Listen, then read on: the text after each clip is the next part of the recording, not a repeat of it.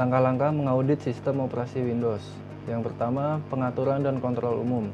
Dengan cara dapatkan informasi sistem dan versi paket layanan dan bandingkan dengan persyaratan kebijakan. Kemudian tentukan apakah server menjalankan firewall yang disediakan perusahaan. Kemudian tentukan apakah server menjalankan yang disediakan perusahaan program antivirus. Pastikan semua tambalan yang disetujui dipasang sesuai kebijakan manajemen server.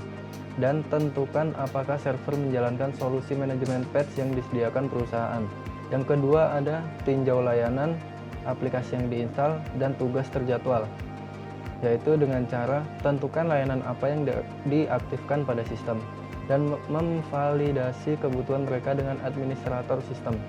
Untuk layanan yang diperlukan, meninjau dan mengevaluasi prosedur untuk menilai kerentanan yang terkait dengan layanan tersebut dan menjaganya tetap ditambal. Kemudian pastikan hanya aplikasi yang disetujui yang diinstal pada sistem sesuai kebijakan manajemen server. Dan pastikan hanya tugas terjadwal yang disetujui yang berjalan. Yang ketiga ada manajemen akun dan kontrol kata sandi. Tinjau dan evaluasi prosedur untuk membuat akun pengguna dan memastikan bahwa akun dibuat hanya untuk kebutuhan bisnis yang sah.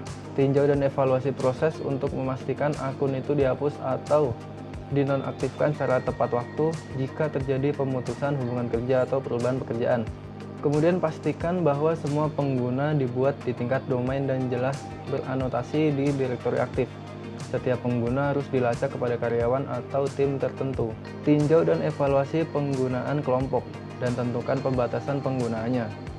Kemudian tinjau dan evaluasi kekuatan kata sandi sistem dan mengevaluasi penggunaan kontrol kata sandi di server seperti penuaan kata sandi, panjang, kompleksitas, riwayat, dan kebijakan penguncian.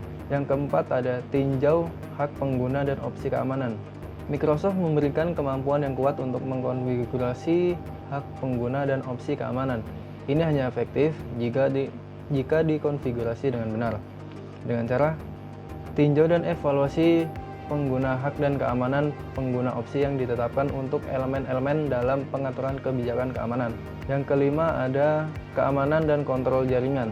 Jadi akses jaringan ke server harus dikontrol dengan cara tinjau dan evaluasi penggunaan dan kebutuhan untuk akses jarak jauh termasuk koneksi RAS, FTP, Telnet, SSH, VPN, dan metode lainnya. Kemudian pastikan spanduk peringatan hukum ditampilkan pada saat penghubungan ke sistem. Cari dan evaluasi penggunaan saham pada host. Kemudian pastikan server telah mengaktifkan audit sesuai dengan kebijakan organisasi. Dan tinjau dan evaluasi prosedur administrator sistem untuk memantau keadaan keamanan pada sistem. Kemudian yang keenam ada pemindaian kerentanan jaringan dan pencegahan intrusi. Dengan cara, jika mengaudit lingkungan yang lebih besar, tentukan apakah ada standar membangun untuk sistem baru dan apakah baseline itu memadai pengaturan keamanan.